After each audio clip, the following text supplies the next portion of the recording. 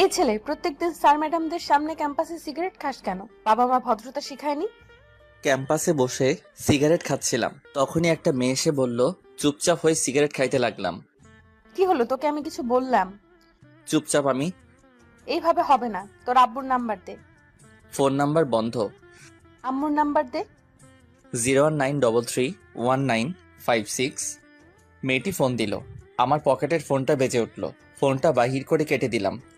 নিজের নাম্বার দিলি কেন? ফাজলামি করিস? এটাই আম্মুর নাম্বার। আব্বু আম্মু মারা যাওয়ার পর এটা আমার কাছে। মেয়েটা চুপ হয়ে গেল। কিছুক্ষণ দুজনের মধ্যে নিস্তব্ধতা চলল। নাম কি? রিয়াদ। শুধু রিয়াদ? আর কিছু নেই? আছে, কিন্তু যাদের দেওয়া ছিল তারা না থাকায় ব্যবহার করার প্রয়োজন মনে করি না। বাসায় কে কে আছে? কেউ নেই। মানে? একা থাকি, কেউ নেই আমার। থাকিস কোথায়? কলেজের পিছনে একটা বাসায় থাকি। পড়ালেখা কেমন করে চলে?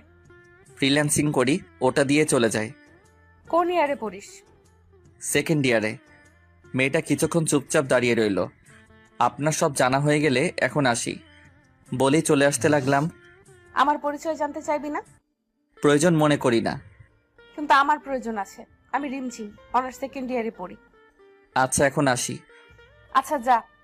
ওখান থেকে চলে আসলাম। মেয়েটাকে আমি চিনি, এমনকি কলেজের সবাই চেনে। কলেজের ক্রাশদের মধ্যে রিমঝিম আপু একজন। যেমন সুন্দর দেখতে তেমন রাগ।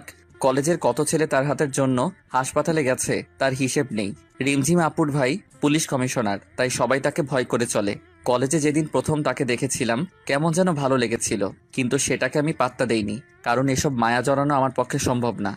এসব ভাবতে ভাবতে বাসায় আসলাম, ফ্রেশ হয়ে রান্না করলাম, তারপর খেয়ে ঘুমিয়ে পড়লাম। কারণ খুব কম রাতেই আমি ঘুমাই, কাজের জন্য জেগে থাকা লাগে।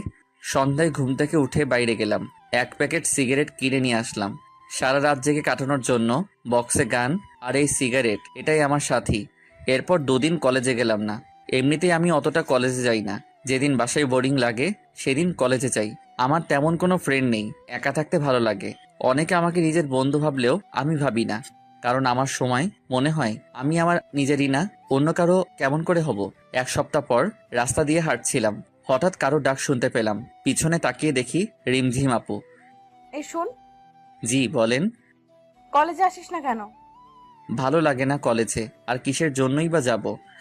কেন, বন্ধু বান্ধবদের সাথে আড্ডা দিতে যাবি? আমার একা থাকাটাই পছন্দ, তাই বন্ধু বান্ধব পাতাই না। খুব অদ্ভুত কথা বলিস তো দেখছি। এমনি। কাল কলেজে আসবি? দেখি। দেখি না, আসবি। আর তোর নাম্বার আছে, না আসলে ফোন দিয়ে আনবো, দরকার হলে বাসা থেকে টেনে আনবো।